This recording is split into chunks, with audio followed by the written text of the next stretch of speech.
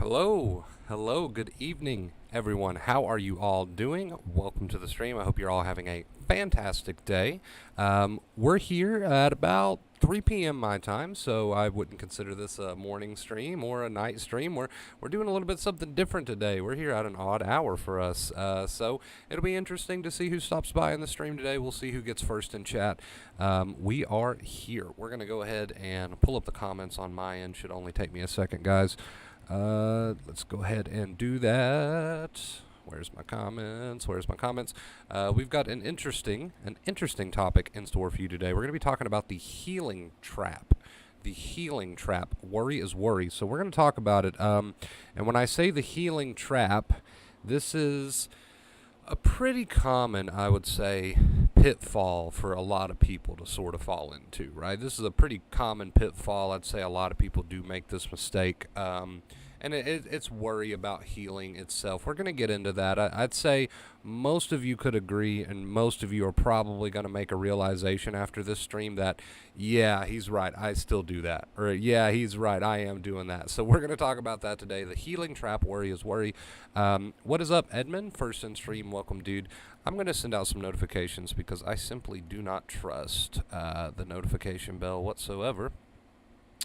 So we're going to send some out. We're going to send some out real quick. Hey, Wonder Bro, what's up, Ivan? Hope you're having a good day, dude. Welcome to the stream. Hope you're all doing fantastic. Welcome.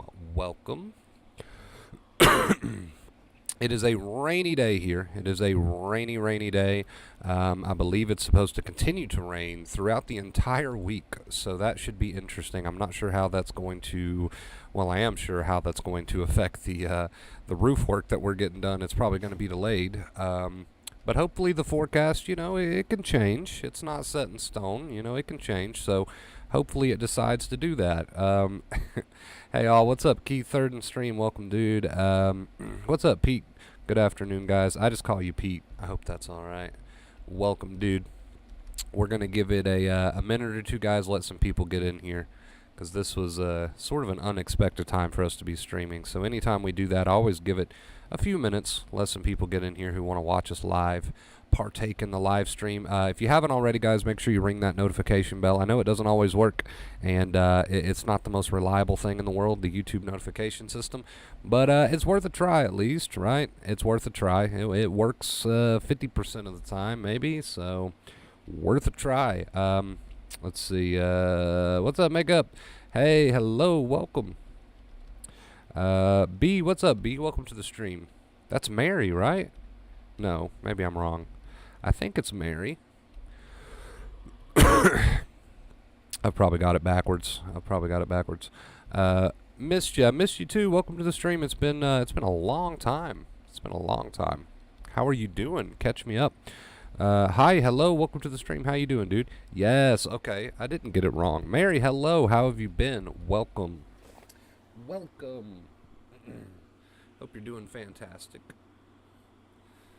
All right, we got some people starting to pile in here now, so we should be able to get started in just a second, you guys. Just a second. I'm going to send out one more quick notification.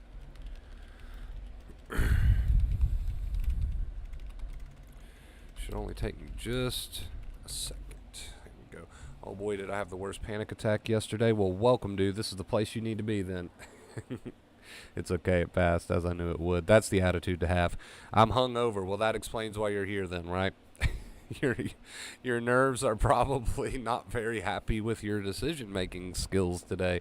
Maybe that's why you're here. I don't know. But either way, we're going to have a good one, guys. We're going to be talking about the healing trap.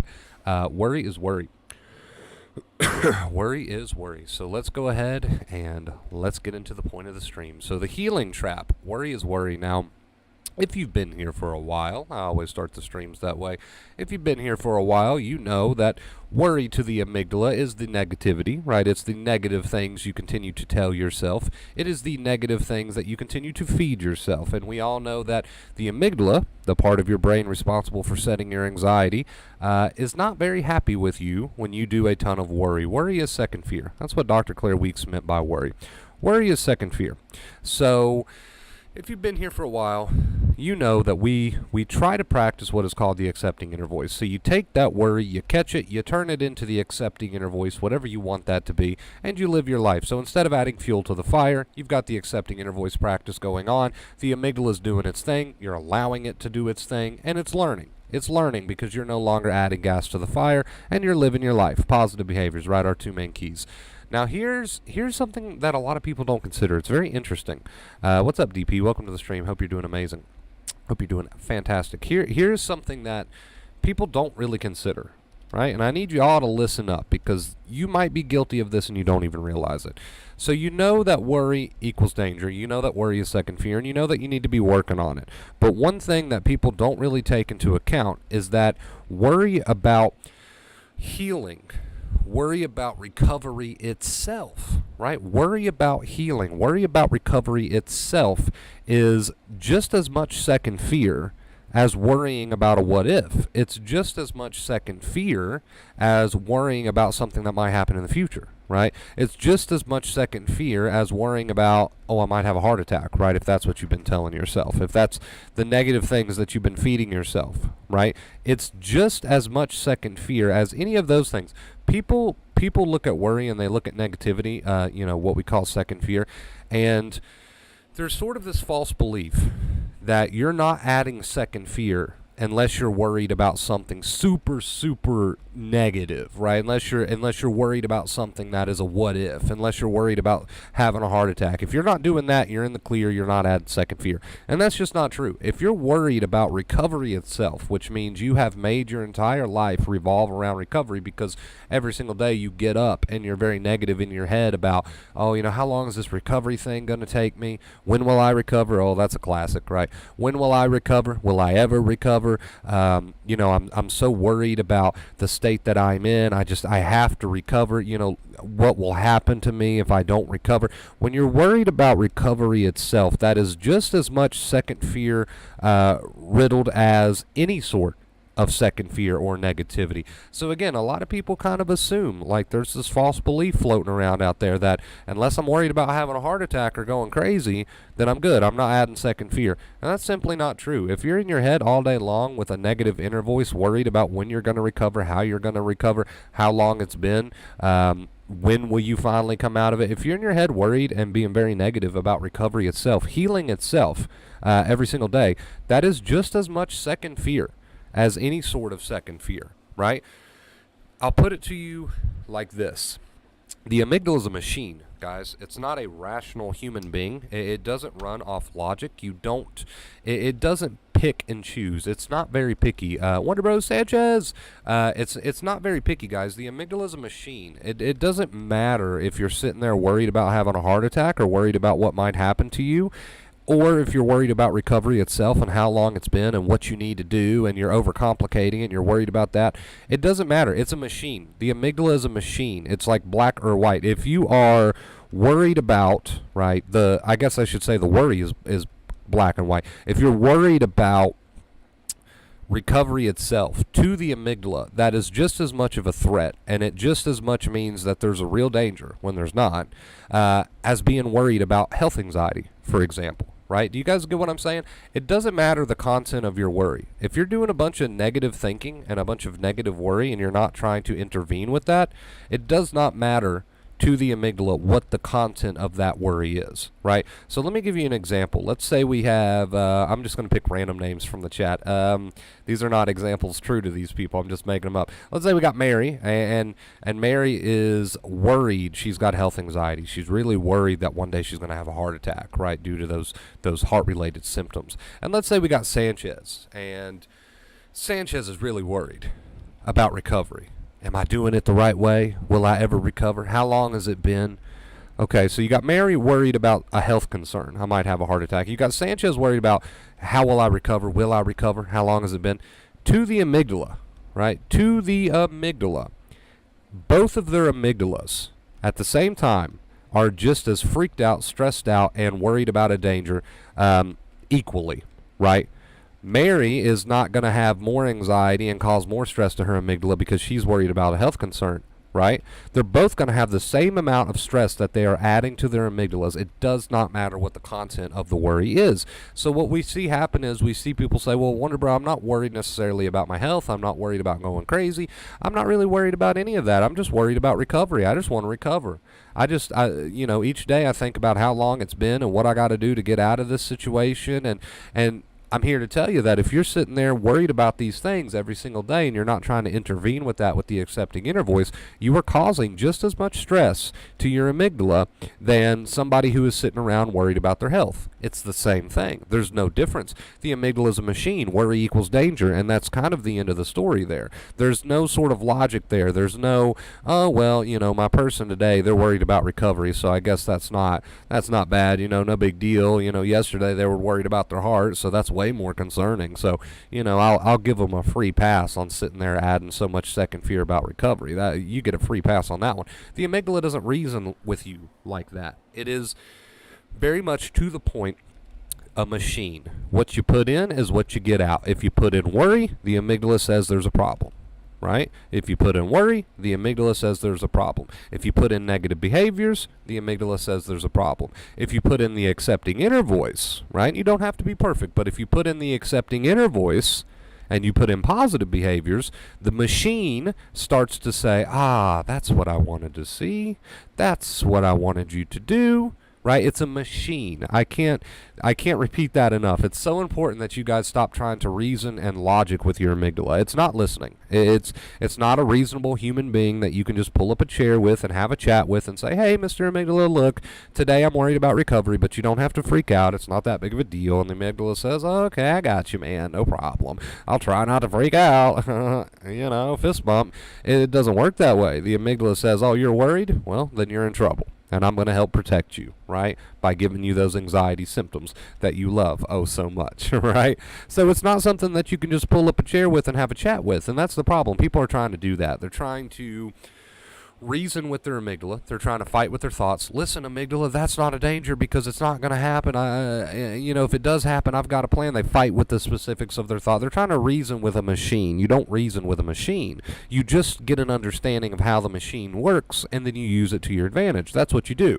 When you're dealing with a machine, you pull up a manual. These streams are your manual. You learn how the machine works, and then you use it how it works. You don't try to reason with it. Right? It's a machine. It's literally a machine. You don't go up to your microwave and try to reason with it, right? Hey, I put that Hot Pocket in there. You guys know I love Hot Pockets. Hey, I put that Hot Pocket in there, microwave, and it was a little cold in the middle, right? Next time I'm going to need you to do a better job on heating up that Hot Pocket, all right?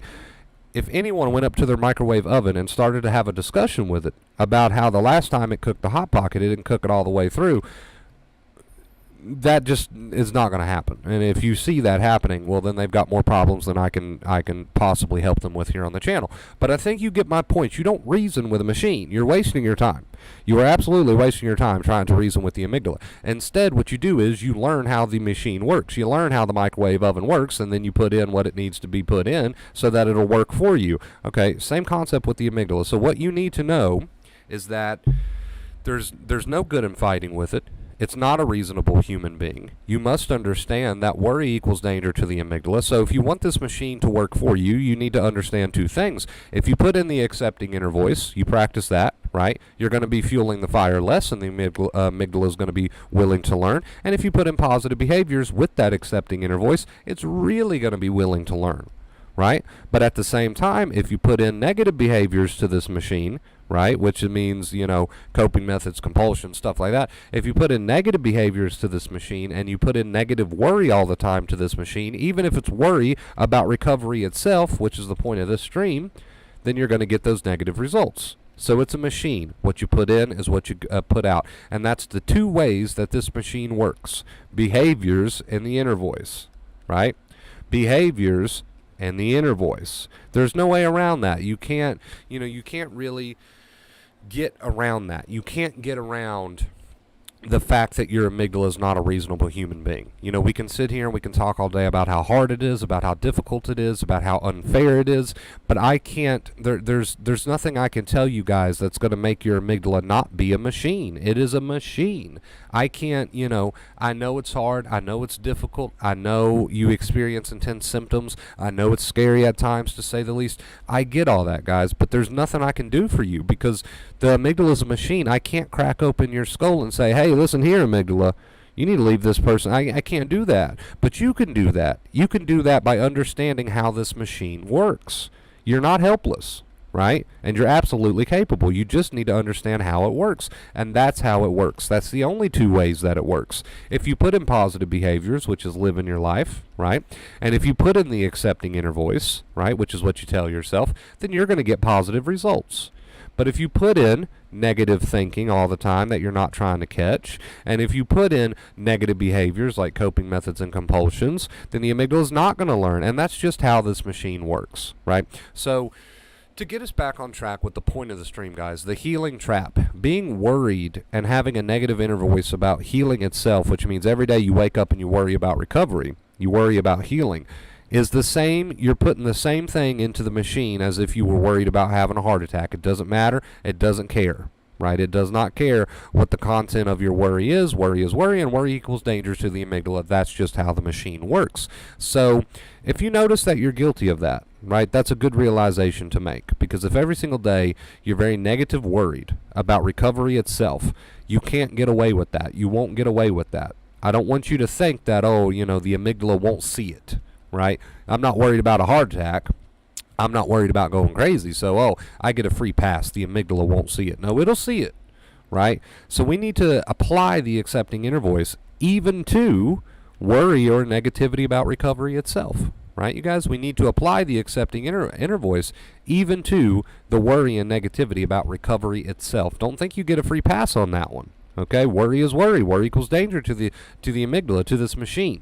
So don't think you get a free pass because of that, right? You still need to work on it. So just a common mistake that I see people make. Well, Wonder Bro, I'm not worried about going crazy like I used to be. I'm just worried about this healing thing. Well, then you're still worried. You're still not trying to correct that negative inner voice and pair that. We call that pairing. You notice you're doing negative thinking. You pair that with the accepting inner voice. Whatever you want to tell yourself, just use your knowledge to your advantage. You could say something like, hey, anxiety learns while anxiety's turned on. I'm just going to let it hang out, right? That could be your accepting inner voice. So, if you're not doing that pairing work and you're giving yourself a free pass, oh yeah, I do worry every day, but it's about recovery, so it's okay.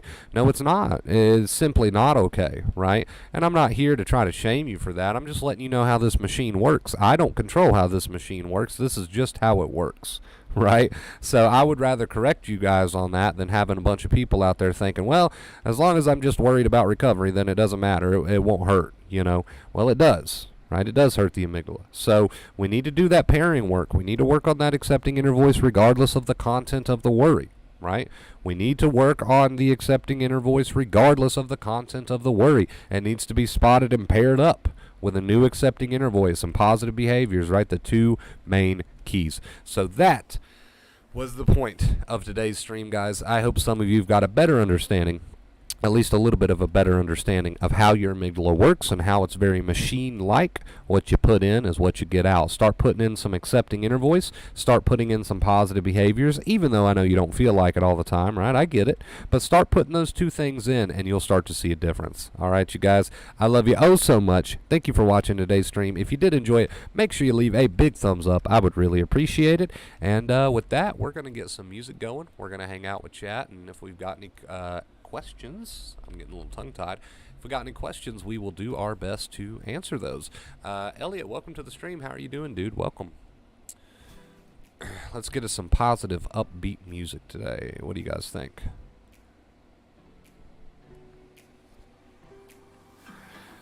B says, I was stuck in this for a long time. You need patience. It takes as much time as it takes, which is like an alarm bell to a controlling anxiety person. Yes, but it's the truth, right? It might be like an alarm bell to an anxious person when they hear that. Like, oh, this, the amygdala learns at its own pace. But it's the truth, and you've got to face that reality at some point, right? And worrying about it's not going to help. So you just have to submit, and you have to say, okay, I got myself into this mess. I can get myself out of this mess, because you can get yourself out of this mess. And you are more than capable of getting yourself out of this mess. But you got to understand how the game works. And the game works. You leave it alone. You just have the accepting inner voice, and you're living your life. The amygdala will learn. There's nothing more needed out of you than that. And I know that takes, time. It takes practice, but you're absolutely right, B. Wonder Bros spitting fire. Appreciate it, Elliot. Hope you enjoyed the stream, dude. APC, what is up, man? Welcome. I'm scrolling up on the comments a little bit, guys. Make sure I didn't miss anything important here. Panda says, hey, Amygdala, we good. Amygdala, shut up, bitch. More anxiety because I said so. Words speak louder than actions. Words do speak louder than actions. And it's, if you want your accepting inner voice to be, hey, I'm good. My amygdala's learning. That's fine. But just understand that you can't force it, you can't force it to shut down. You just have to say, okay, do your thing, let the alarm happen, I'm good, I'm not going to add fuel to this fire, and continue living your life. That's the two keys, right? That is the two keys, and that is how your brain is going to learn. All right, give me just a second, guys. Just got to run across the room real quick.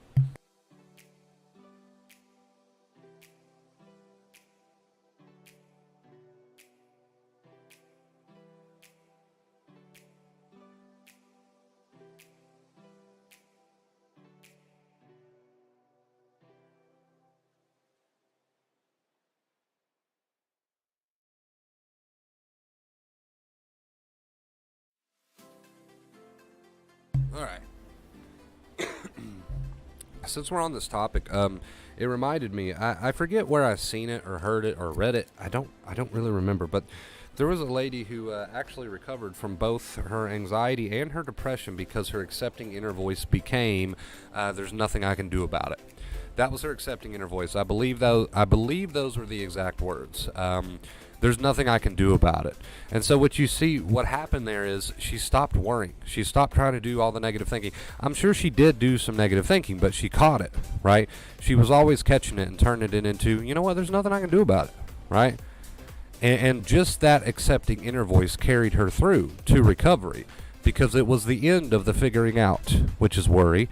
It was the end of the trying to problem solve, which is worry. We know worry continues to stress the amygdala out. It was the end of all that, right?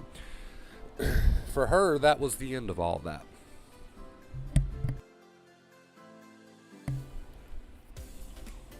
There's nothing I can do about it, which I guess on the surface sounds kind of depressing and defeating, but it's not. When you adopt that inner voice, or, something close to it, when you adopt that inner voice, it's kind of like the end of the fight. It's the end of the struggle, right?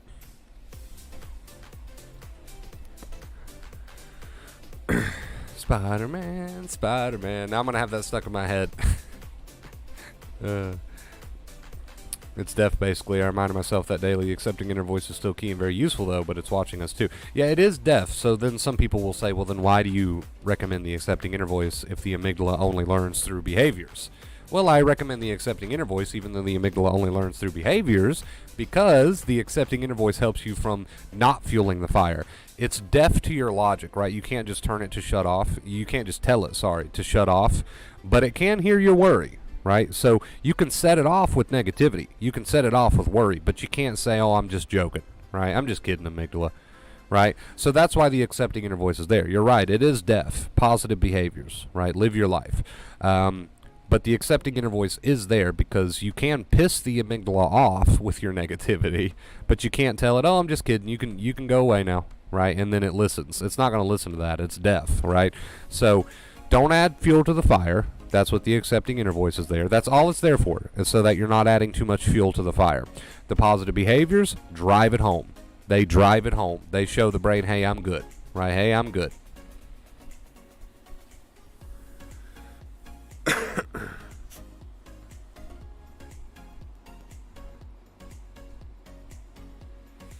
And I know, guys, I know those behaviors are not the easiest thing. To make yourself get up and live and smile and do things you want to do and be productive. And, I get it. It's not the easiest thing in the world when you feel the way you do. And I feel for you because I've been there. But understand that if you make yourself do that, you're showing your brain the truth. Some people call it fake it till you make it. I don't like that. I've never really liked that because there's nothing fake about positive behaviors. You don't feel like doing them, but you're doing them. I guess that's why people say it's fake. But let me explain. You don't feel like doing the positive behaviors, but you're doing them. It's because there's no danger, and you know there's no danger, and you're showing your brain the truth.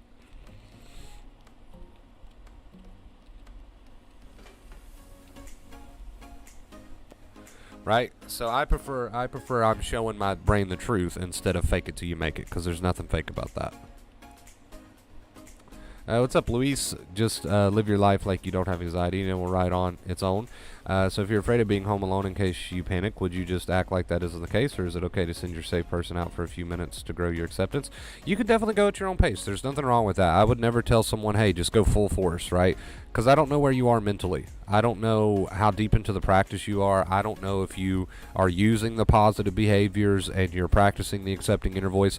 I don't know what your daily routine is like. I don't know any of those things. So when people ask me, should I go full force with this exposure, or, I always say I'm going to leave it up to you. Go at your own pace, because I don't want to tell you yes or no, because I just don't have enough information to make a responsible decision on that. But keep in mind that the two main keys are there, and they should be practiced regardless of what choice you make on your exposures, right?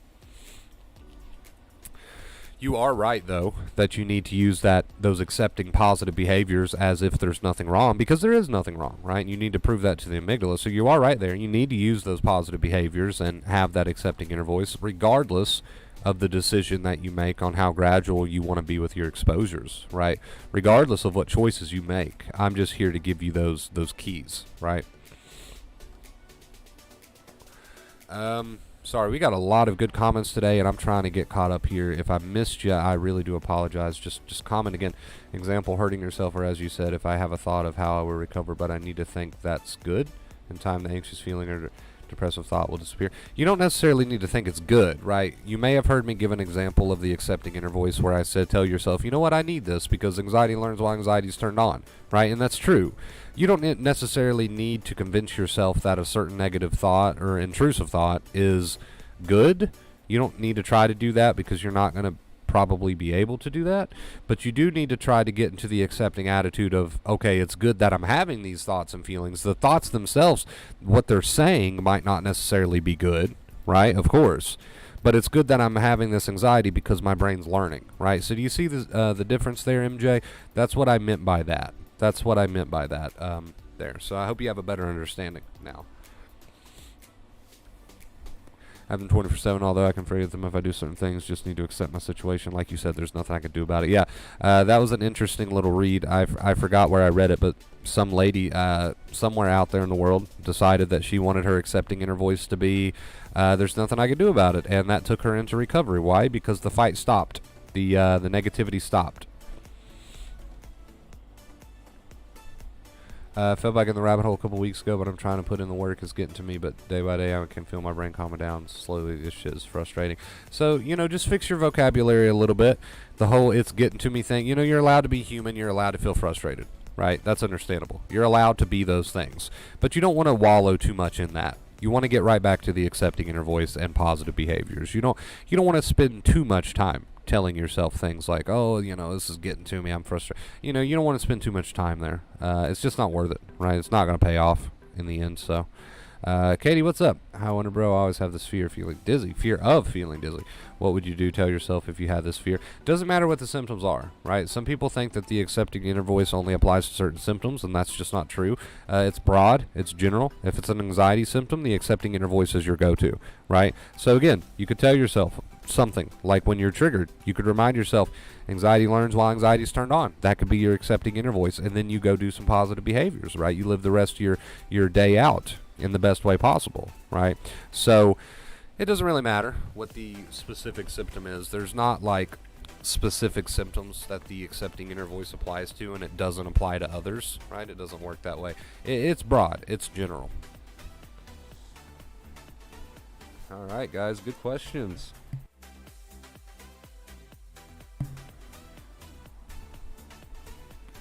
Good questions.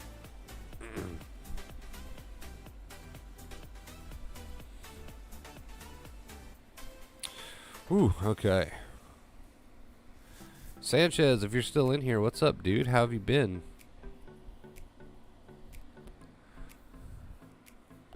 I am no longer sensitized, Michael. Ever since I started the channel. When I made my first video, that's when I was pretty confident with it. Thanks, dude. I appreciate it. No problem, Elliot.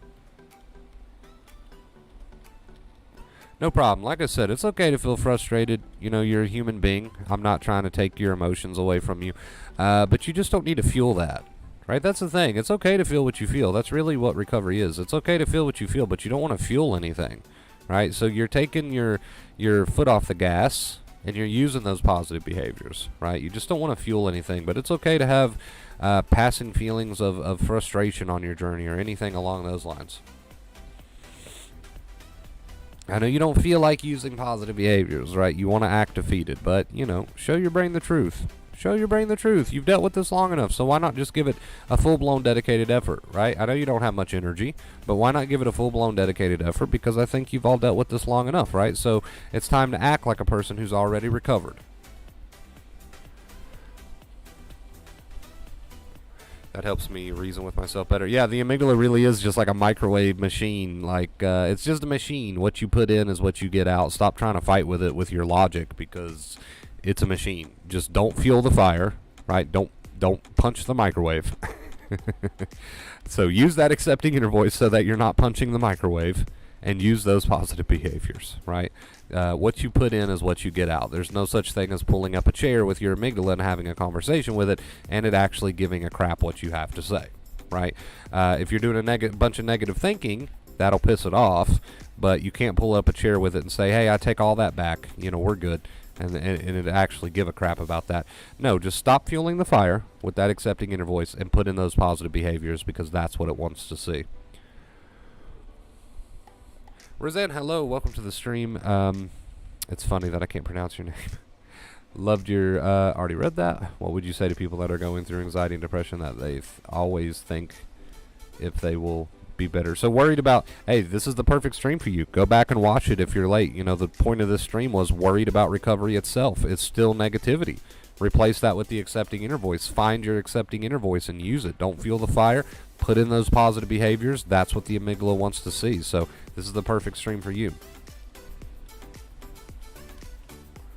Worried about recovery itself. Being negative about recovery itself is still worry, right? You don't get a free pass to worry about recovery itself. It still needs to be worked on, right? You still need to put in that accepting inner voice work. Thank you guys so much, man, for being here. I appreciate it. It's a good stream. We got a lot of good questions today. We got somebody singing in the chat. I love it. Keep the vibe high, dude. Keep the vibe high. How did you stay motivated to be accepting? It's so easy to slip back in the coping mechanisms. It is just time for that accepting inner voice to grow, or do you really put in energy at first? You really put in energy, right? It's a practice. So, let's say you wake up extremely anxious and you just feel like utter crap, and we've all been there, right? It does not feel good. Here's something you all need to hear, right? And Katie and everybody who's commenting, this applies to you. Here's something you need to hear. If you want to make it into recovery, which means if you want to make the most progress possible, right? And you will. But if you want to, it's going to look like this. I'm going to give you an example. You're going to wake up. You're going to feel like crap. You're going to feel really intense. You're going to feel like shit. And your inner voice needs to be, you know what? Anxiety learns while anxiety's turned on. I'm going to get my ass out of this fucking bed. I'm going to go knock this out. I'm going to have a productive day. I'm going to go call my friend. I'm going to clean this that needs to be clean. I'm going to do this thing that I haven't done in a while. I'm going to put in those positive behaviors, and I'm going to do it with a smile. I'm not going to do it defeated. I'm not going to slouch around. I'm not going to be quiet. I'm not going to just, oh, God, play it safe. No, I'm going to get up. I'm going to act like I'm a person who just won $1 million. I'm going to act like a person who is recovered. I'm going to get up. I'm going to have fun. I'm going to be productive no matter what my feelings say, because I know that anxiety learns while anxiety's turned on. So as you go throughout your day, you're reminding yourself of that. Hey, this is good. Anxiety learns while anxiety's turned on, right? I'm just going to let it hang out. I'm going to put in those positive behaviors. I'm going to take advantage of this. This is the sort of things you're telling yourself throughout the day as you're using positive behaviors, as you're kicking ass, as you're talking to your friends about something other than anxiety, as you're getting that chore done, as you're being productive, as you're having fun, as you're doing things a bit differently. As you're dropping the coping methods, as you're dropping the compulsions, you're acting like a person who's already recovered, because there's no danger, and you're showing your brain that. It's not fake it till you make it. It's showing your brain the truth. That's what you're doing. So no, you're not going to feel like doing any of those things, but you're going to do them anyway, because you've got the right inner voice behind it, right? Ooh, that's sweet. That's sweet, isn't it? You've got the right inner voice behind it, so you're going to do it anyway. Right? So the person who recovers is the person who is driven with the positive behaviors because they've got the right accepting inner voice. And when I say right, I just mean a accepting inner voice. They've got an accepting inner voice that they have come up with that they like, that is pushing them into doing these positive behaviors even though they really don't feel like it.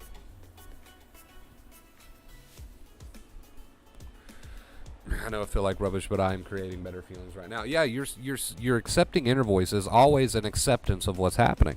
It's never a denial. It's like it's using your knowledge. It's saying, I know I feel like rubbish, but I know why I do, because of the choices I've made, because I programmed my brain to be this way. So it's not a denial of anything. It's a complete acceptance and responsibility. It's a complete acceptance and taking full responsibility for the reason that you're in the state that you're in due to your negative behaviors, right, and the things that you've told yourself. So the accepting inner voice is using that knowledge to your advantage, and it's saying, I take full responsibility for this, and I understand why I'm in the state that I'm in, and I accept it. I put myself here, but I'm getting myself out. So it's never a denial. It's a full acceptance of the state that you're in, but it's working towards a better state, right? Never a denial. It's always an acceptance of the state that you're in, but working towards a better state, right?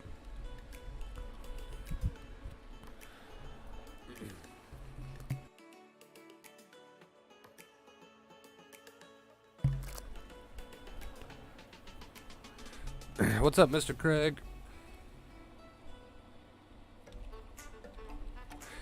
Yeah, you're right. It's definitely not a smile and a suppress. Suppression is impossible anyway. It's just going to make it worse, right? It's a smile and accepting, and it's a smile and it's taking responsibility, and it's a smile and it's taking responsibility for the state that you're in, and it's saying, okay, I accept it, but I'm smiling because I'm working towards a better state, and I'm making changes that are going to help me. I'm making changes that are going to prove to my brain that there is no need for this anxiety, right?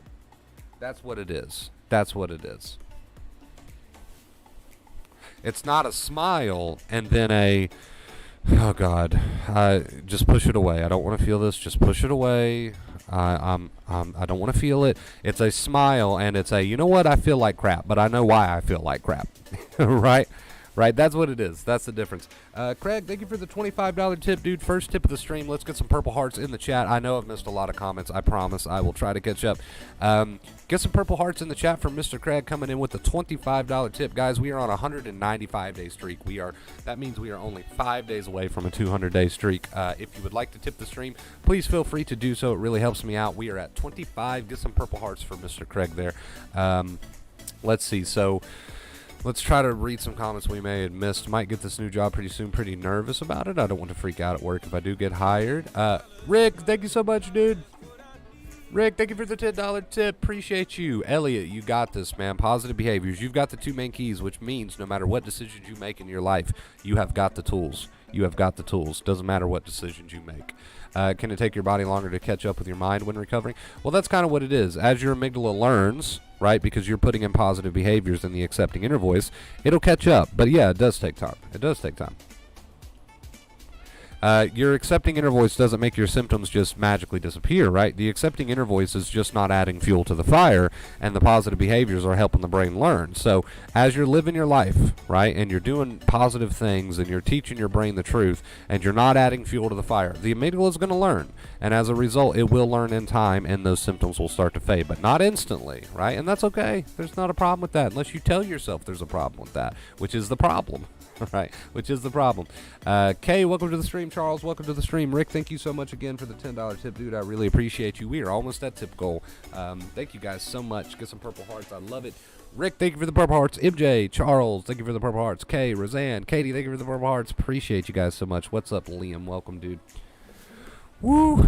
I'm trying to stay caught up, guys. There's a lot of comments today. You guys are here full force. I love it. It's good to see all of you. And the many reasons why yeah, Dr. Google, Charles, never good, man. Never good, man. Never good.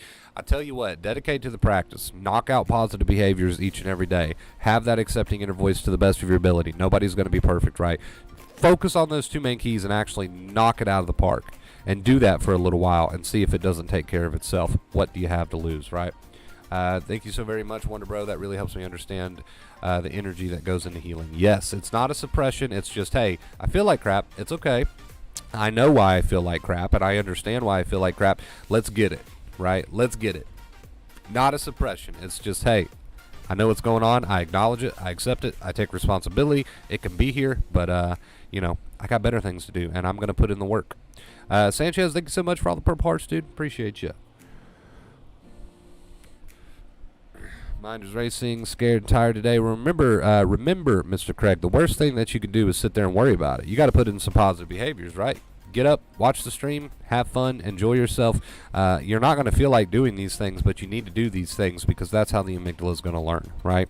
If you act like there's a danger, it will assume there's a danger. Ooh, that's a sweet one, right? The amygdala is a machine, you guys. If you act like there's a tiger, it will assume there's a tiger. There doesn't need to be a real tiger. If you act like there's a tiger, it's going to consider that there might be a real tiger. Simple. It doesn't see that there's not a real tiger. It doesn't care. If you act like there's a real tiger, even if there's not one, it's going to assume that there's a real tiger. It is a machine. It is a machine. Pandemonium, what's up, dude? Real world problems are complicating acceptance for me, but I know it's still possible. Yeah, dude, real world problems can just kind of make it a little bit more difficult, but the good thing about the 2 keys is that they apply to real life too, right? So it's all about that accepting inner voice. If you go through a real problem in your life, like let's say great loss, you would feel those feelings, you would accept them, and you would work with them, not against them, right? So it works for real life problems as well. T-Time, thank you for the $10 tip, making it rain. I appreciate you. Thank you guys so much, coming full force today. We are 5 away from our tip goal, guys. We're on a 195-day streak. Let's get some purple hearts in the chat. Thank you so much. I wouldn't be able to do this without you guys. I really appreciate it. Thank you, thank you. Thank you, thank you. So just to kind of clear up what, when people ask so many questions about, okay, I know that I'm supposed to not fuel the fire, accepting inner voice, right? Tell myself that this is okay, I know what's going on, anxiety learns why anxiety is turned on. I get that, but what about positive behaviors? Let's make some things very clear. Let's give some examples. A positive behavior is anything that you do that you're doing because you want to and not because anxiety wants you to, right? So there's no more Google, there's no more compulsions, there's no more coping methods. You're going to turn the TV on and watch a funny show even though you don't feel like it, but you know that the real you would want that. It's acting like the real you. It's not acting like the anxious you. It's showing your brain the truth, right? Does everybody get that? And over time, this will become easier to do. Over time, as you heal, it'll become more natural. But if you're going to continue to act like there's a tiger, staying in bed all the time, always defeated, always acting defeated, always got your head held low, right? No longer partaking in life. If you're going to act like there's a real tiger, because that's what somebody would do if they were hiding from a real danger, right? If you're going to act like there's a real tiger, then the brain is going to treat you like there's a real tiger, right? And it's not doing that to be a asshole. It's just doing that because it's a machine, and that's how it works. That's how it learns. If my boss acts like there's a tiger, then I want to continue to protect him from this tiger, right? So stop making it into a monster. It's quite literally just doing what you're telling it to do. If you're using compulsions and coping methods and you're doing it, and acting that way, then it's just doing what you're it's just putting out what you're putting in. It's a machine. It's not a monster. It's not an enemy. It's not a beast. It's just you put in what you get out, right? You get out what you put in, right? Does everybody understand that? So stop treating it like it's an enemy or something that you've got to defeat. If you feel like crap today, you simply put on a smile and you say, you know what, I do feel like crap, but I also know that I put myself here and I take full responsibility for it, and I know my brain's just doing what it thinks is right. It's time to retrain. I feel like crap and I admit that and I accept that, but I'm going to put on a smile. I'm going to live my life to the best of my ability today because I know there's no real danger, so I'm going to prove that to my brain. Right? It's not a suppression. It's an acceptance, and it's moving forward with the right attitude. I know you don't feel like it, but there's the facts. I know you don't feel like it, but there's how the amygdala works. I know you don't feel like it, and it's unfair, right? But that's just how the machine works. I'm just here to tell you how the machine works. I know it's unfair sometimes, right? I know it sucks. I know it's not, something that I would wish on somebody, right? I get all that. We can talk about how unfair it is. We can talk about how you were treated poorly throughout your life. We can talk about how you were given bad circumstances. We can talk about how you never got a fair chance. We can talk about how much it sucks. We can talk about how wrong it is that you're in the situation that you're in. We can talk about all these things till the cows come home, guys, right? But you're still dealing, at the end of the day, no matter what, you're still dealing with a machine. And if you put in negative behaviors, you will get negative results. If you put in positive behaviors with an accepting inner voice, you will get positive results. Again, we can talk about how unfair it is and how life sucks and how you shouldn't have went through this, and we can cry together and we can do all these things. But that will not change the fact that you are still dealing with a machine who does not give a shit. It just wants to see those positive behaviors, act like you're not in danger, and I'll believe it. But if you continue to act defeated and negative and coping methods and compulsions, and you continue fueling the fire with the negative inner voice, I will continue doing my job. It doesn't care about how unfair it is. It doesn't care about how much it sucks. It doesn't take into consideration your feelings. This is not someone that you can pull a chair up to and say, hey, please cut me some slack, amygdala. Please, I've had an unfair life. I've been treated poorly. You know, things are hard. The amygdala's just sitting there like, dude, I don't know what you're saying. I don't care about what you're saying. Either put in positive behaviors and stop fueling the fire, or don't. But I'm just going to keep doing my job because I have no clue what you're trying to say right now. Right? That's what the amygdala is saying. Kate, welcome to the stream. Hope you're having a fantastic, great day. Let's see. Thank you for all the wonderful advice. I really do appreciate that, Kate. Thank you so much. We are here today because it is raining and there's no roof work going on, so there's nothing for me to be out there micromanaging today. So we're here.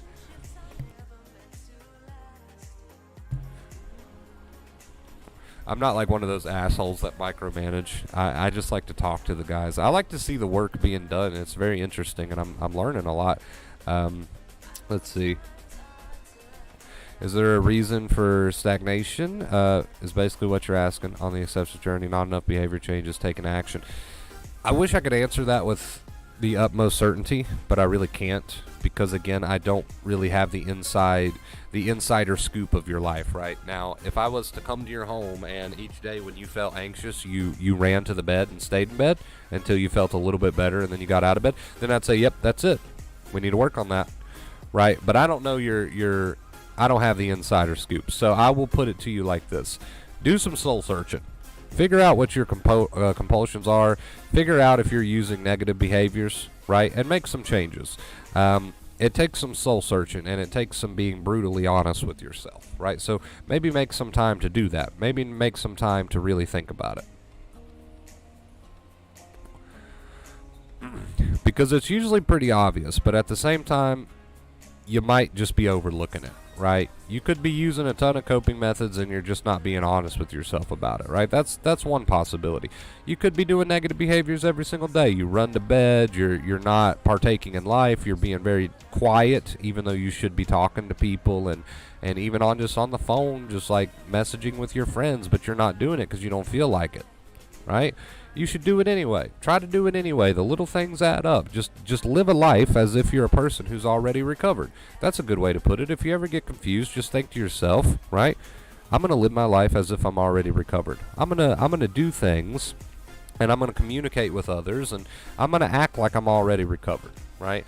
Now, the specifics of that and what goes into that's really going to depend on your life and your own coping methods and your own compulsions and what you need to cut out, what you need to work on, right? So just get brutally honest with yourself about it.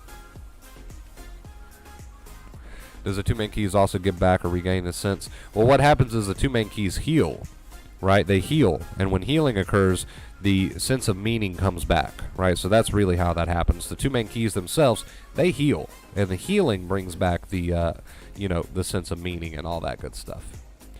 Meaning of life and all that good stuff.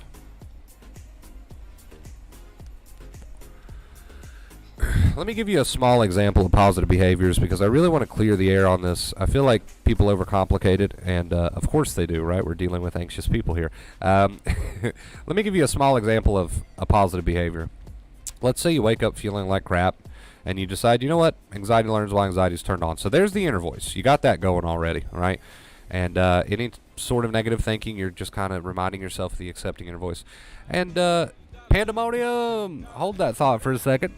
Pandemonium, making it rain. You have not only took us to Typical, we have broken Typical, guys. Can we get some purple hearts in chat? Thank you guys so much for the support, man. It helps me out so much. I really do appreciate it. That is Typical. We're moving on to a 196-day streak. If you'd ever like to support the stream, you can do so through the links on, well, they're not really links, but through the emails on screen. Or if you want to make the money cloud rain, you can close live chat and use that first link in the description. Get some purple hearts, guys. Back to my example of a positive behavior here. You've got the accepting inner voice. You're like, okay, anxiety learns while anxiety's turned on. And you get up and you're like, you know what? The last thing I want to do right now is take a shower. But you go take a shower anyway. And then while you're taking that shower, you're like, you know what? I'm going to take this shower in a different way. I'm going to really feel it. I'm going to enjoy it. I'm going to smile a little bit. So there's a little bit of a smile. Feels kind of forced, but you know why you're doing it. You're doing it because there's no danger. So there's nothing fake about it. You're doing it because you're showing your brain the truth. And then you're like, you know what would go good with this shower? I'm going to put on some music. And you put on your favorite song. Right now you're doing things differently. You're not just rushing in and out of the shower. Oh, as quick as I can so I can go back and lay in bed because I got morning anxiety. So I want to do positive behaviors today, so I'm going to take this shower as quick as I possibly can and then run back to bed. That's a start, but it's not where we want to be. That's a start, but it's not where we want to be. We want to say, you know what, I'm gonna do this differently. You know what would a smile hurt? Okay, there it is. You know what? Maybe I'll put my phone on I'll open some music up. I'll put some music on. Why not? Right? Then you get out of the shower and you're like, you know what? I don't have to run back to bed right now. I'm gonna go in the kitchen. I'm gonna get a snack. I'm just gonna get a little snack. I'm gonna enjoy that. You know what? Instead of eating it in bed today, I'm gonna sit at the table today. I'm gonna smile. I'm gonna look out the window. It's a beautiful day outside. I feel like crap. I accept it because I know why I feel like crap. So I'm allowed to feel like crap, but I'm making changes because I know that my amygdala is learning and I deserve this. So I'm going to take responsibility for the state that I find myself in. I'm going to make some changes. So you sit out the window, and you have your meal at the window, and you appreciate nature for a minute. You look out the window. You even tell yourself something like, you know what, it's a beautiful day today. And you're like, you know what, instead of running back to bed, I'll get out my phone here. I'm going to see what my, I'm going to see what my friend's up to. I'm going to see what I'm going to send them a message. You know what, I'm even going to include a little smiley face in that message. Why not? I'm going to compliment them. I'm going to send them a compliment while I'm at it. You know what? It's the little things. You guys get that? Would you be sitting at the table enjoying your meal, looking out the window, picking up your phone and taking time to send your friend a compliment if there was a real tiger? Of course you wouldn't. So do the things that prove to your brain that there's not a real tiger. If you're really anxious and anxiety learns while anxiety's turned on and you're sitting at the window admiring the nature and the beauty outside your window and you pick up your phone long enough to send your friend a compliment and spread some positivity into this world, is that something you would be doing if your life was in danger? Of course you wouldn't be doing any of that if your life was in danger. The little things matter. The little things matter. Live your life as if there's no danger. Live your life in a positive way, right? They add up. They add up.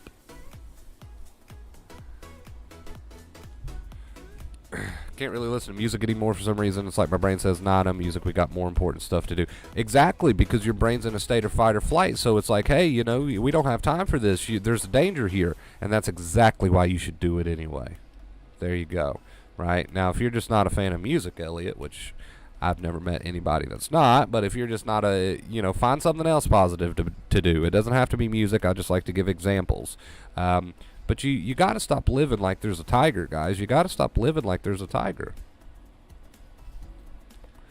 The brain sees what you see. It hears what you hear. It takes all this information in from your senses, right?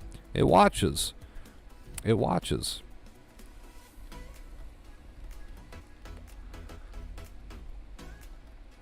You can always, and if you're not sure if you're doing something because of this reason or that reason, Elliot, you can always do these things in a different way, right?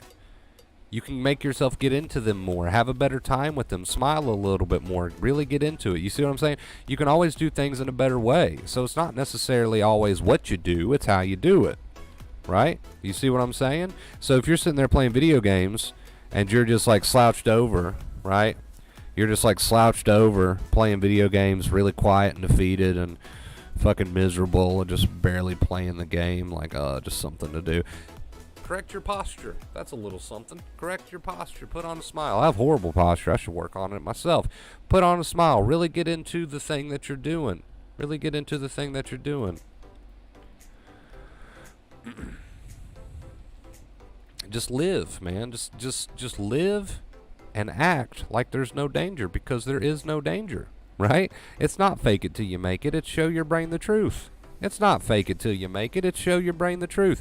Let's say you're having a conversation with somebody on the phone and you're not really present for it. You're not talking much because you just don't feel like it. Make yourself talk. Speak up, right? This will become more natural in time. It only feels forced at first, but as you start to heal, it feels more natural. So that applies to your comment, Michael. It feels a little bit forced at first, but as you do it, it becomes more natural. All right, 1 second, guys. 1 second.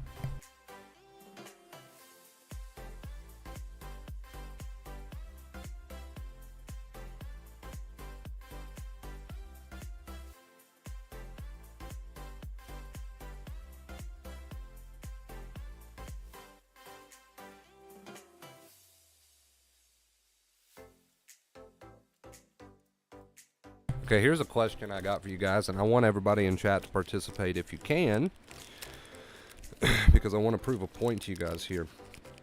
How many of you have thought about the concept of positive behaviors, right? So let's say, how many of you have been really anxious at one point and you thought about what a positive behavior is? So you're sitting there, you're really anxious, and you're like, oh yeah, Warner Bros. Said positive behaviors, okay. So you're telling yourself something like, okay, I accept it. And then you're like, what's a positive behavior? Right? How many of you have been really anxious and asked yourself that question? Okay, what's a positive behavior? And then you come up with something like, well, maybe a smile and maybe bob my head to this music a little bit and get into it. And you understood that, but you didn't do it because it felt like there was a strong gravitational pull that was forcing you to not do the positive behaviors. Have you ever come to the conclusion, hey, this would be a positive behavior, but you just don't do it because there's such a strong fucking gravitational pull that's pulling you into not doing the positive behaviors, right? How many of you have felt that? How many of you have said, well, I probably should be doing this, but nah, man, I just can't make myself do it. There's just such a strong pull here. I can't make myself do that positive behavior. I can't make myself act like that, right? I just can't. There's such a strong pull to not do that, right? You know why that pull is so strong? You know why that pull is so strong, and do you know why it feels like it takes a tremendous amount of effort? A tremendous amount of effort to live like you're a recovered person. Do you know why it feels like it takes such a huge amount of effort to act like that, to act like a person who's recovered positive behaviors? It feels like that because every time you do a positive behavior in the face of anxiety, and I know it feels forced, again, because the brain thinks there's a danger, right? That's why it feels forced. But you know why it feels like it takes such a strong amount of effort to do that? It feels that way because to your brain, you are in a stage 5 alarm. There is something trying to kill you right this very second. So there's such a strong force that is pulling you to continue to act in negative ways. And we call that the brain. We call that the amygdala. You know what happens when you go against that and you say, hey, I'm going to put all my effort into this positive behavior even though I really don't feel like it. I accept the way I feel, but I'm going to do it anyway. You know what happens when you do that? The brain says, holy crap. He just went against, or she just went against a stage 5 alarm and started smiling and singing and talking to their friends and being productive and keeping their chin up. Holy crap. And I know it takes effort to do that because, again, brain thinks there's a danger. But when you do that, and you, even though that pull to continue to live in a negative way, negative behaviors, when you go against that pull, even though it takes a lot of effort, your brain quite literally says, holy crap. Holy crap. Right? Like, what did they just do? What did they just do?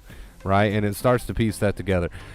Now, some people might call that, denial. Oh, I'll wait until I feel better to do positive behaviors, right? Well, you're going to be waiting for a very long time, right? You're going to be waiting for a very long time.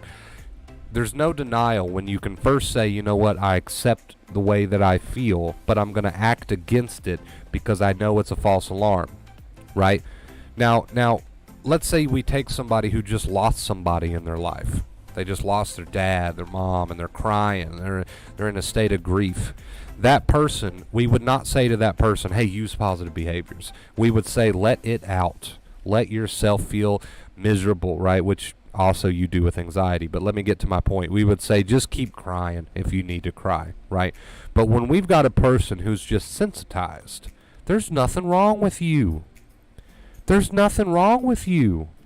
We're not going to give you a permission slip to continue to act defeated and do negative things all day, every day, when there's nothing wrong with you, right? We'll give permission to the person who just lost their mom to cry, and we won't tell them to do positive behaviors, but we'll tell you to do positive behaviors even though you don't feel like it. You know why we'll do that? Because there's not a damn thing wrong with you. You've just got a brain that's wired to be anxious even though there's no real danger.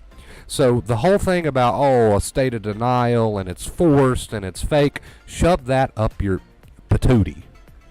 Shove that up your patootie, because there's nothing wrong with you, right? So you need to get up and you need to live and you need to use positive behaviors. If there was a reason for you to be in bed, we would say stay in bed. You get the pass, right? But when we're dealing with a sensitized person who's just got a brain that's wired to be anxious even though there's no real threat, well, there's nothing wrong with that person. So we're not going to tell them to stay in bed, right? Do you see what I'm getting at here, guys? Do you see what I'm getting at here? There's a difference between telling someone, yeah, you just lost your mom. Cry. You deserve to cry. You deserve to stay in bed. You deserve to cry. There's a difference between that and coming over to somebody who's sensitized and saying, yeah, just stay in bed. Just go ahead and stay in bed. You don't deserve it because there's nothing wrong with you, right? So there's nothing fake about positive behaviors. There's nothing fake about it. I know they seem a little bit forced, but that's because you're going against the brain's suggestion. But there's no real tiger. Take a look around. If there's no real threat and danger to your life in the room with you right now, then you have no valid excuse to tell me that you can't use positive behaviors because you don't feel like it, right? Right? You see what I'm saying? You see what I'm saying? You have no valid excuse to tell me I don't want to use positive behaviors because I don't feel like it because I'm anxious, right? Now, if I come up to you and say, why are you laying in bed all day? And you say, well, I just lost my mom, dude. She just passed away. And I would say, you know what? Continue to lay there. You know, cry it out. Cry it out. But if you're going to tell me I'm laying in bed because I'm feeling anxious, I'm going to say, get the hell up. There's nothing wrong with you, and we've got to prove that to your brain. Right? So the whole nonsense about, oh, well, I can't do positive behaviors because that's forced, and I don't feel like it. Shove that up your patootie. Shove it up your patootie. You don't get the right to do nothing because you feel anxious. There's nothing wrong with you. You got a brain that's wired to be anxious, and you need to rewire it, and you're only going to do that if you get the hell up. Right? Right? So do you guys see what I'm saying? I don't want anyone to think I'm being insensitive. I'm just trying to prove a point that if someone is actually laid in bed because they have a valid reason to lay in bed, then go for it. But doing negative behaviors because you're anxious, because you got a brain that's wired the wrong way, that's not a valid excuse. That's not valid. Does everyone see what I'm saying in the chat? Confirm that for me, because I want to make sure that I'm not coming off the wrong way here. And I'm going to eat a granola bar now. So I'm going to eat a granola bar now.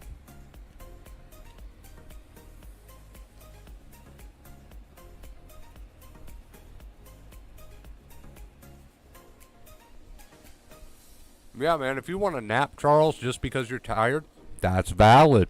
It comes back to the valid thing. Do you guys get what I'm saying with valid, not valid? Taking a nap because you're tired, valid. Staying in bed and crying because your dad just passed away, valid. Right? Valid. But staying in bed and taking naps because you're anxious, not valid. Not valid. Staying in bed because you're anxious, not valid. Right? Sitting in a corner because you're anxious, not valid. Right? Avoiding that thing because you're anxious, not valid. There's nothing valid about negative behaviors because you've got an anxious brain. It's not valid. You can continue to tell yourself it is and live that way for the rest of your life if you want to. Go for it. But if you're coming up with the excuse that you can't do positive behaviors because you're anxious, then we're not going to get anywhere. We're not going to get literally anywhere. All right, guys, 1 second.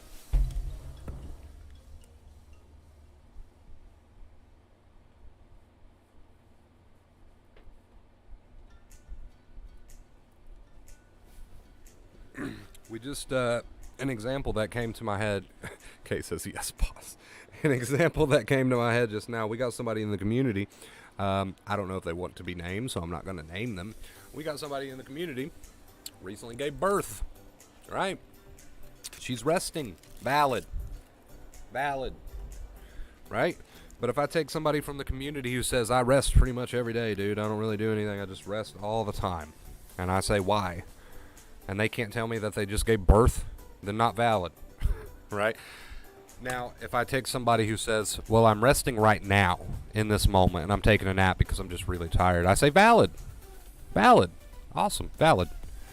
If I take somebody who says, I'm taking a nap right now so I can, because I'm anxious, I don't feel like doing anything else, not valid.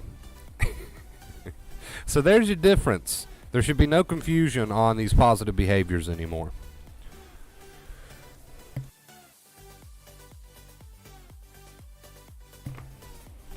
There should be no confusion on positive behaviors anymore.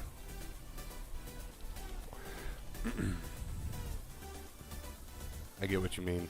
Let's see. Well, I hope that cleared it up for you, Luis.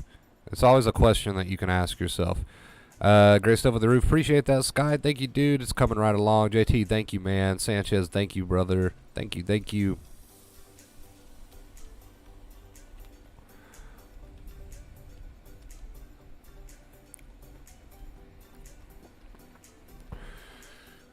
Right. So I know it's just a hello, Wonder Bro, and everyone. Hello, Kate. Welcome, dude. I know it's a confusing topic sometimes, but I'm trying to make it as crystal clear as possible. Does everyone understand that? It's not valid if you're doing it because you just want to, because of anxiety, right? There you go. That's the simplest way to put it, right? It's not valid. You know, if you want to take a nap because you're tired, do it. If you want to rest because you just gave birth, do it. If you want to cry because you just lost your dad, do it, right? But if you're going to tell me that you're going to sit in the corner for 8 hours out of the day because you're anxious, you do not get a pass on that. That's not valid, right? That's not valid. If you're going to tell me that the reason you hung up the phone was because you didn't want to have a conversation because you're feeling anxious, that's not valid. If you tell me that you hung up the phone because you got busy, you got better things to be and better places to go, then that's valid. Hang up the phone. Go do whatever you need to do. Right? Does everyone get what I'm saying? So I know I keep asking, but it's just it's something we've got to be really clear on. It's really something we've got to be clear on.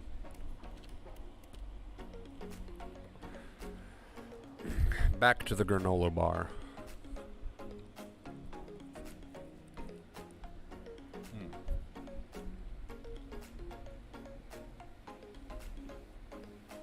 That's good.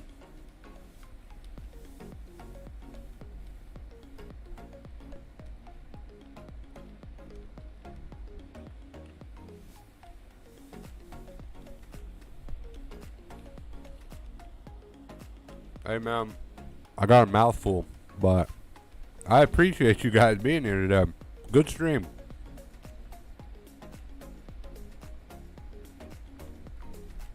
Is the root of depression anxiety? Not in every circumstance.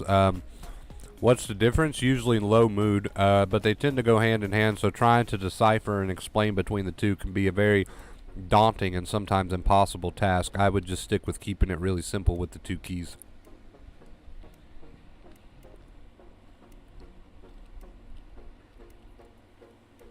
Since our amygdala only watches and is deaf to logic, couldn't we make ourselves not fear a real tiger? Like how you see people wrestling with actual tigers and not afraid. Yeah, exactly. You could.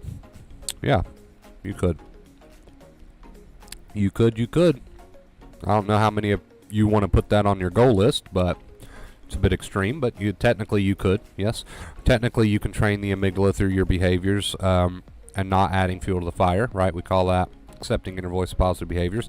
Technically, you can train your amygdala to not be afraid of something that most people are afraid of, right?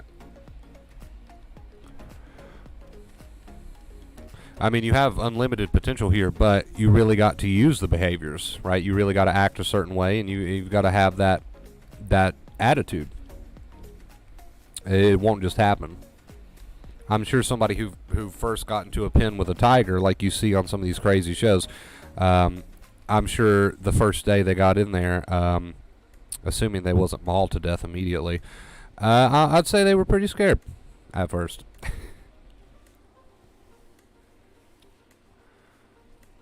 Probably even have granola bars in your bag. Dominique, I have no clue what you're trying to suggest here. I don't have a bag. They're in a box. Thank you. Dominique, how you been, brother? Is Maddie still in here? Hello, Maddie. Kate, are you still in here? I'm not going to make myself wrestle, and I probably wouldn't. Sat on the couch yesterday most of the day because of football and sports, but it's what I wanted to do. There you go. Positive behavior. Even went and played some Pokemon later in the night. Positive behavior. Everything feels like I'm lying to myself sometimes. Yeah, it will feel like that because, again, you're going against your brain's suggestion. But you're not lying to yourself. There's no lies being told. If your life is not in danger, right, then you're not lying. You're just showing your brain the truth. So I want you to get rid of that false idea. So bad, brother. Positive behaviors, brother. With some attitude, man. Try wrestling that granola bar off, Wonder Bro. Good luck. Especially good luck now that I have digested it. Especially now that I have digested it. What are you doing, Kate? How are the baby dinos? Well, I guess they're not babies anymore, I would assume. They're probably well nourished. Faded, what's up, dude? You've made a couple comments on this stream, but it's like Morse code, so I'm not really sure what to say besides hello and welcome.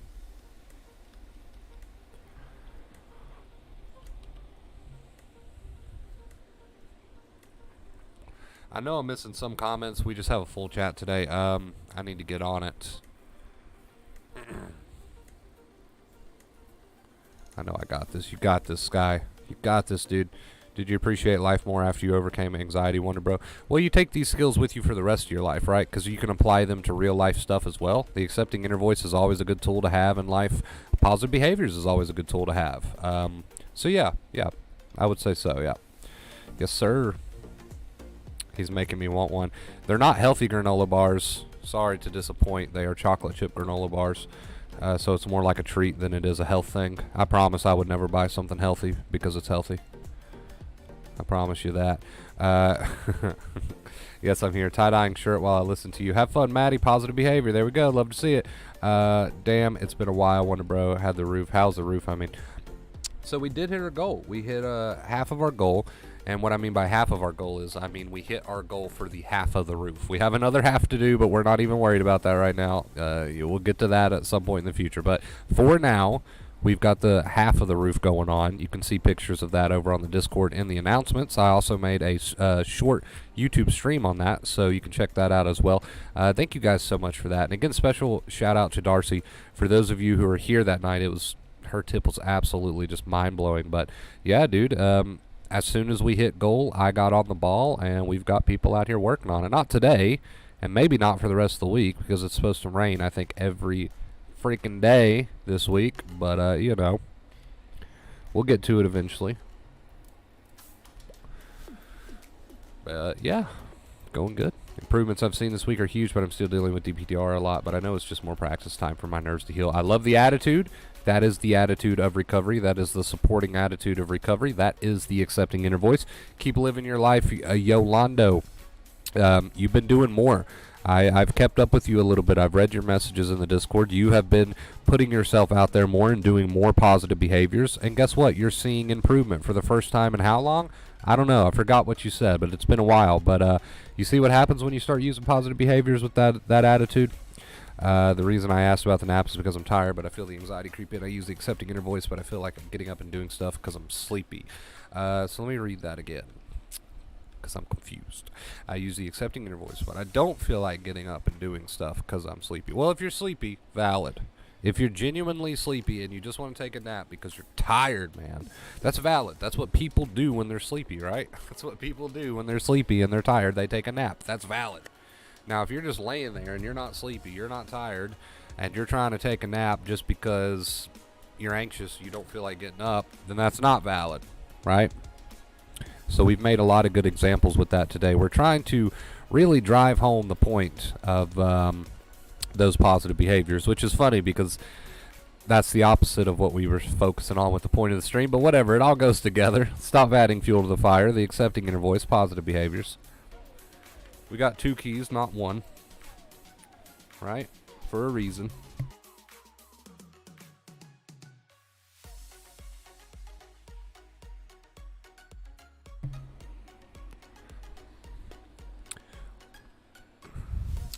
Elliot says went down the internet. Oh no. Oh no, do I even want to finish that?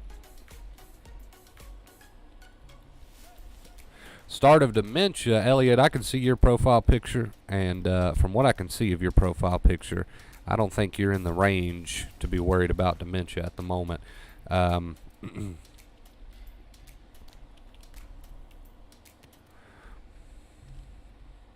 I don't think you're in the range, but you just successfully triggered probably about 30 people with your comment, so at least that's productive.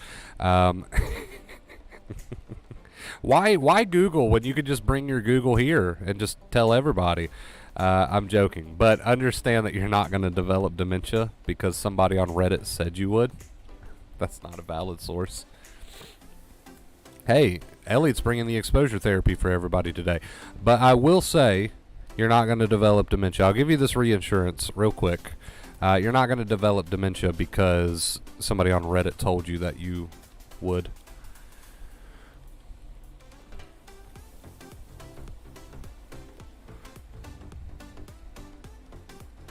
Sorry for the comment. You're good, dude. We call that exposure. No, man. You can't be careful with your words. You can't be careful with your words. I mean, I try to be sometimes, but you can't tiptoe around triggers. You can't tiptoe. You can't guard what you say in your comments because you're afraid you might trigger somebody else. Eventually, everybody is going to have to learn how to use these 2 keys, right? You can't keep tiptoeing, so... and I'll tell you, it doesn't matter anyway because you're not the first person to come into the stream and say that, so it's kind of irrelevant regardless, but yeah, you can't tiptoe around that.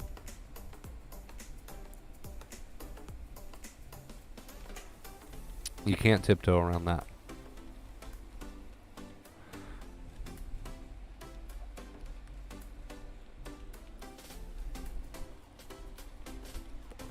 Because here's the thing, Elliot, right, or anybody else in the stream for that matter. You can tiptoe around people's triggers, which I understand being respectful, right? But you can tiptoe around people's triggers. But if that person is not using positive behaviors, they're not getting up and using those positive behaviors each day, tiptoeing around their triggers is one thing. But if they're not willing to do the positive behaviors and get up each day and really nail that, right, well, then they're not going to be able to help themselves anyway. So it kind of becomes irrelevant whether you tiptoe around their triggers or not. Does that make sense?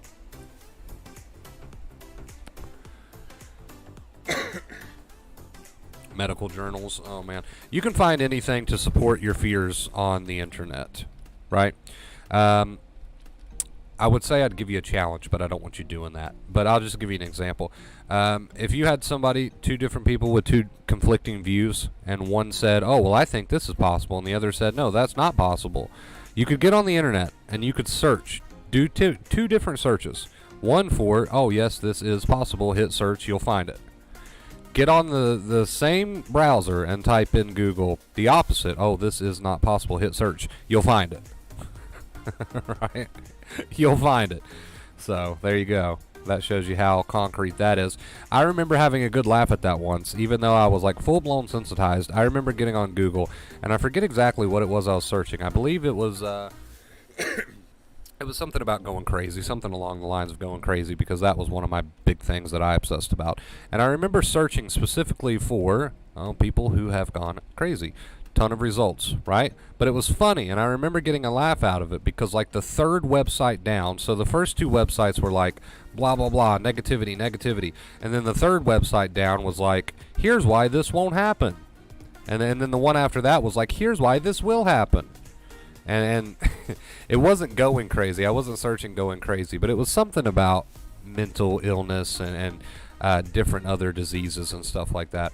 And it was just funny to me because you can have a search result, a page of search results, and one says yes and one says no, right above each other, right fucking on top of each other. And I was just like, wow, well, this is not going to get me anywhere.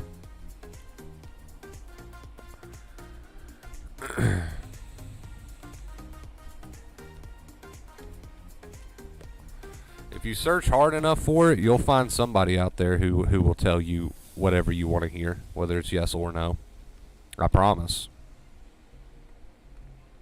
No matter how outlandish or crazy it is, if you search hard enough for it on the internet, you will find someone who will tell you that it will happen.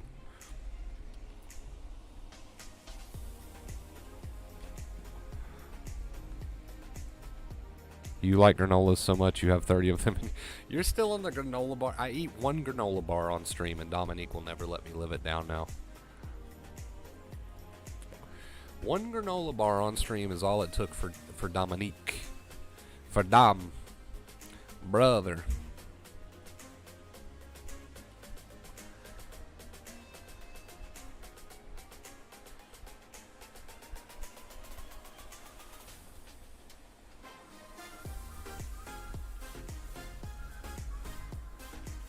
Alright, so we all good now?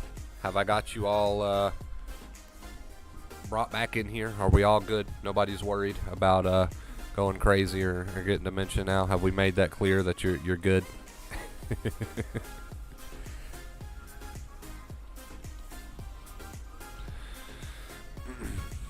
And I hope you get my point, Elliot. If you search for something hard enough, you'll find it, dude. Because anybody can get on the internet and say anything, right? Do you think there's like a credit check before you post something on the internet? Do you think there's somebody backing that and vouching that? You think there's somebody with a clipboard from Google that comes to your house and says, hey, before you make that really provocative post that claims all of these things, I want to see your credentials? No. You can take any dumbass, can get on Google and write anything, whether they believe it or not.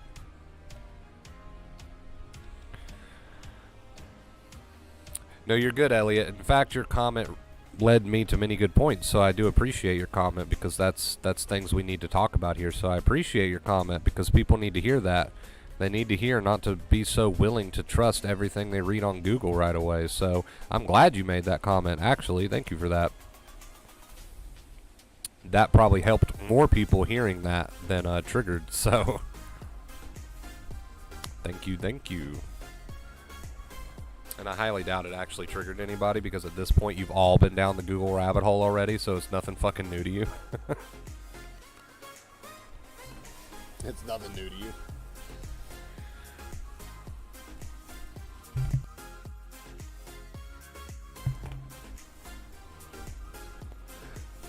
Hey man, you've got us, Sky.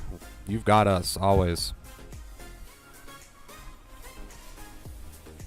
They were doctors. Here's the problem with that, Elliot. Here's the problem with that, right? You're trying really hard, but I'm gonna bash your hopes yet again. So the problem with the whole "but it's a doctor" thing, right, is that doctors themselves have varying opinions, right? And a lot of times they're not supported by much.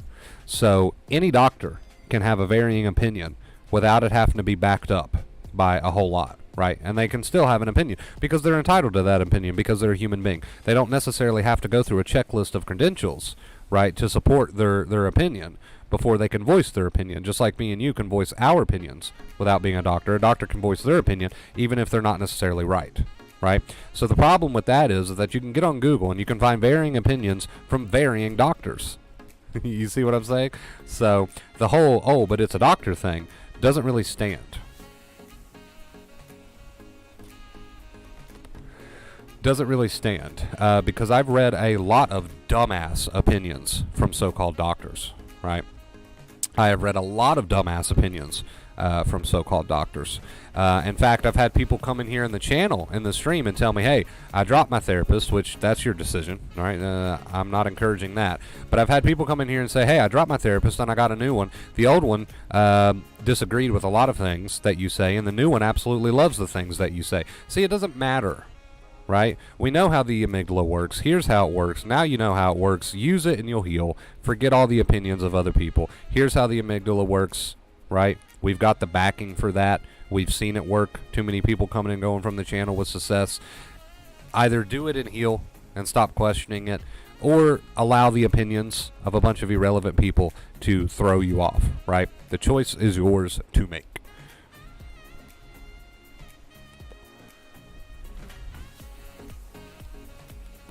And at this point, I say, why not? What do you have to lose? So what? If you spend a month giving it your all with positive behaviors and the accepting inner voice, just see what happens. I guarantee you come back and say, you know what? I've kicked ass with positive behaviors. And I said, fuck it. You know, what do I have to lose? And I've been really focusing. You'll be like Yolanda, who commented earlier that he's making progress. You'll be like all these people who say I've healed in this channel. You'll be like all the people who say, wow, I never thought I could get my life back, and I have. That's where you'll end up. But you got to prove that to yourself. I can't convince you of that. You got to prove that to yourself. And I know I'm on a slightly different topic than where this all started, but you get my point. You can let the opinions of other people slow you down, or you can say, you know what, I've tried everything else. Fuck it, I'm going to give it a full effort, and we'll just see what happens.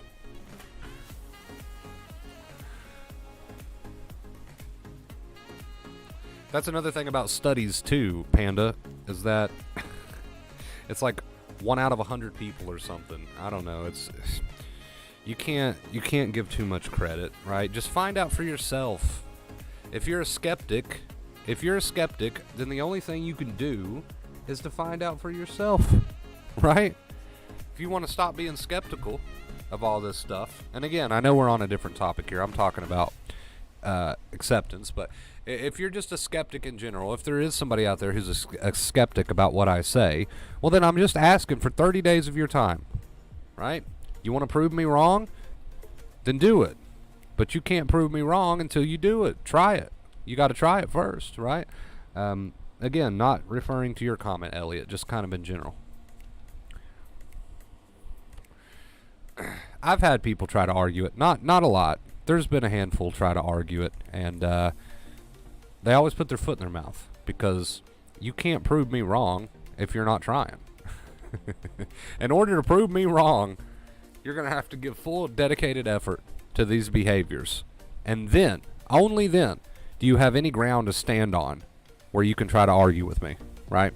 But until you give full dedicated 100% effort for a good amount of time, right, however long that is, you have no ground to stand on to argue with me.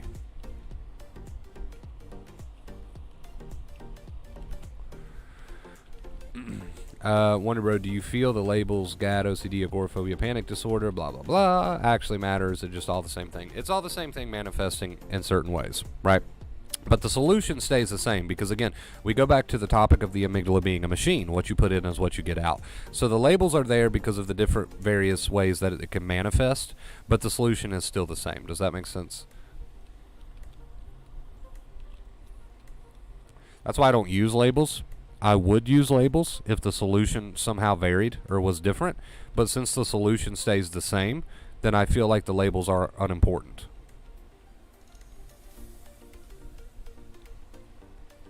I understand why they're there in the medical field. I get it, because, again, the various ways that they manifest, but the solution stays the same, so I don't see the importance in them for what I do here on YouTube, right? I'm just a normal guy. I'm not a doctor, therapist, so I don't really need those labels, because we focus on the solution and nothing else, right?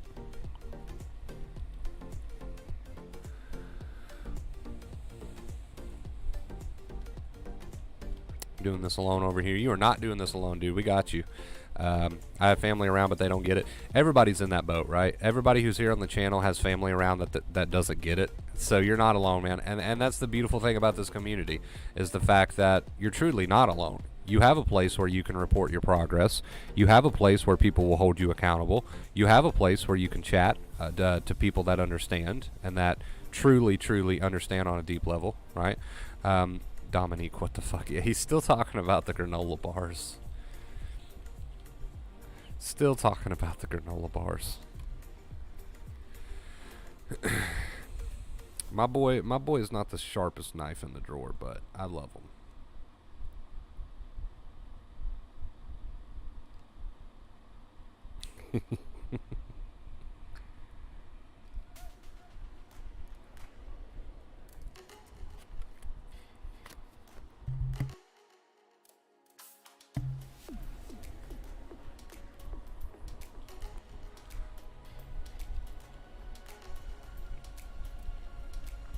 So we have officially covered the oh so lovely rabbit hole of Dr. Google today.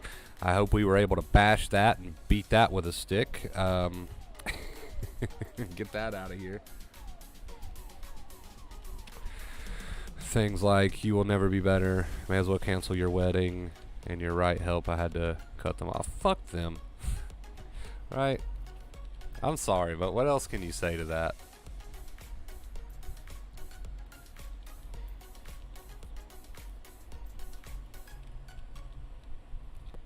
Because I can cut your granola ups. I'm the sharpest. You're a little dull. I'm kidding. Kidding. Joking.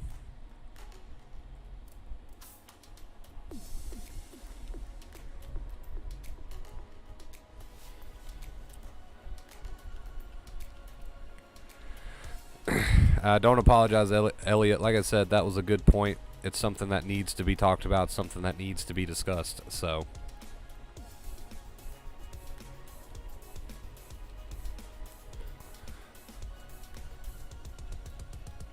Gotta love A. You do gotta love A. You have no choice. You just gotta love A.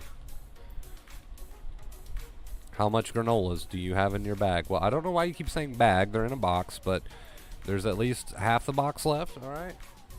If you must know. Family sometime your worst enemy. I can't disagree, you know.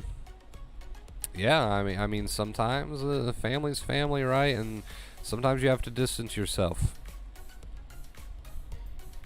from certain people, right?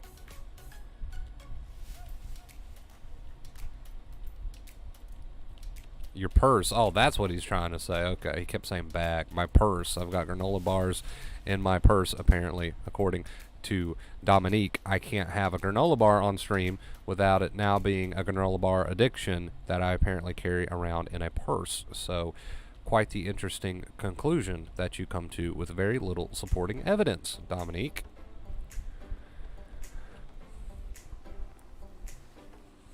You know, just seeking reassurance. Nah, thank you so much. You're good, dude. Walked away, sister, not. Gotta heal without their negative thank you. You do. You gotta be selfish sometimes. Nothing wrong with that. What do you have to be anxious for? Oh, yeah, that's a classic. What do you have to be anxious for? Knows nothing about the amygdala or the brain or sensitized nerves or how it works, but what do you have to be anxious for, right? Is that my boy? Is that my boy Sanchez coming in with the 19? I know what that means, right? I think I know what that means. You guys know that I can't do basic math, but anytime Sanchez tips an odd number... Wait a minute, no. Wait, so he tipped, what was it, 19? That is... Yeah, that is 74, actually. Sanchez, thank you so much, dude. That's right? You tipped 19. So Sanchez always goes for 69.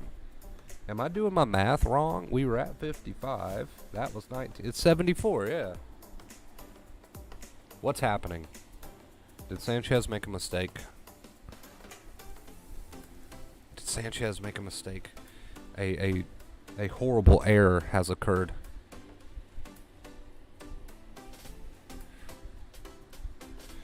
$55 plus 19 is 74.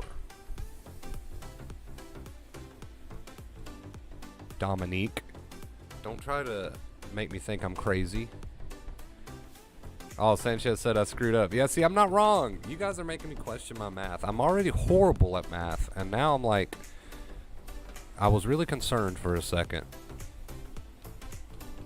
It's okay. Sanchez made a slight error, a slight calculation, a slight miscalculation, but we'll pretend it says 69.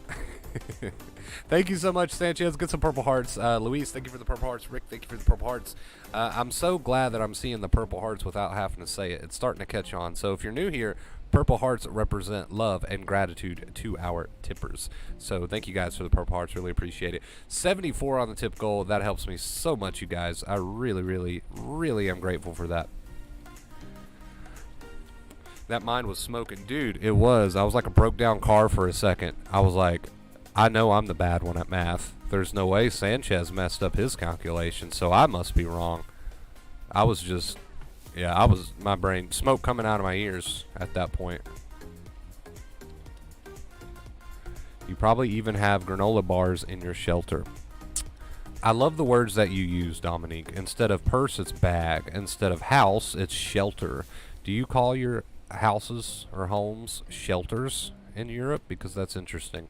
But yes, I do have granola bars in my house. I don't see the problem. I don't see the problem, Dominique, Captain A. Sorry, bro. I've been absent from the stream, living life. Hey, you do you, man. I appreciate your support, and I'm so glad that you're feeling better. Anybody that doubts me, just ask Sanchez. Sanchez, how did you heal? I got a microphone in your face right now. Sanchez, can you tell us, how did you heal? Did you just start saying fuck it and using positive behaviors and living your life like you felt good even though you didn't? Did you do what Wonder Bro told you to do and now you feel better, Sanchez? Can you give us the inside scoop for all of the deniers out there? Microphone is in your face. You probably even have granola bars in your roof. All right, Dominique. Settle down. Settle down. Settle down.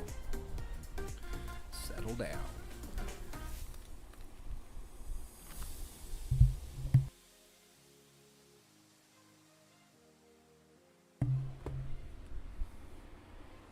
Sanchez says, that's it. F it in the main key. See, I love to have people who have been here in the worst of it, healing and coming out of it to back me up, right? So there you go. Anybody who's waiting around to do the positive behaviors, just read Sanchez's comment. He gave granola bars to the roofers. Is this going to become a thing now? I eat one granola bar on stream, and now you guys are making a meme out of it. I see where this is going. Never again. Never again.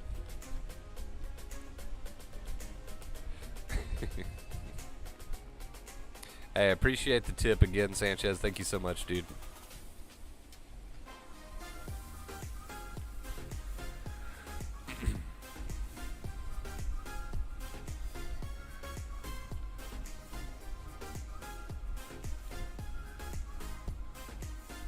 Tea and granola bars. What an interesting combination. I would like to see how they would react to that.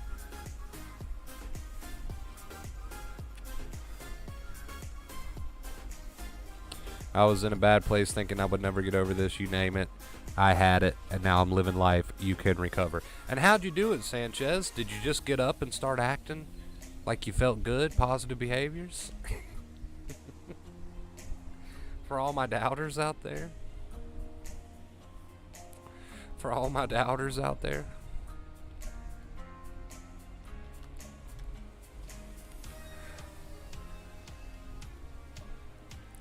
I feel like a lot of people just don't simply give enough credit to their behaviors, right?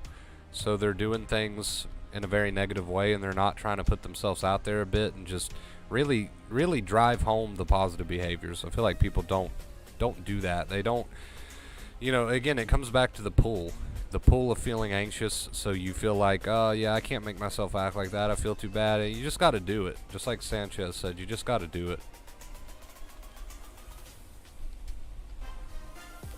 It's a legit breakfast here. Speaking of food, I'm getting hungry. How long have we been streaming? Almost an hour and a half? I didn't even realize.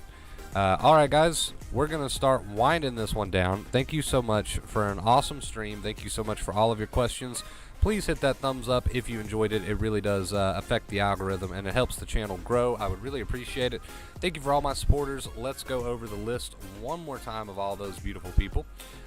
Sanchez, Pandemonium, Tea Time, let's see, and Rick. Thank you guys so much. And Craig, also Craig, can't forget about Craig. Thank you guys. I love you oh so much. And until next time, as always, stay awesome.